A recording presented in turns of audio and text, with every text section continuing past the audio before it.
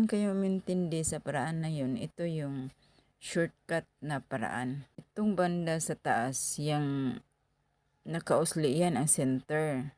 Yung dalawang side na petals, ito yung binawasan. Yung pagkabawas na wala pang tax sa gitna.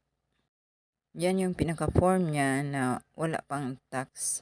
Yung center, malaki yung tax, pero yung binawasan ng dalawang petals, maliit na lang, mga half na lang yung tax. Ganyan na yung form niya pagkatapos i-tax at i-center. Yung centering na kung balance ang back side. Kung na-observe nyo, yung isang side may usli sa kabilang side. Ang sa opposite naman side is ganyan siya pagka-usli. Kasi magka-opposite yung side nila. Ganon din sa lining. Dito ang manipis na bawas at dito ang makapal na bawas. Yung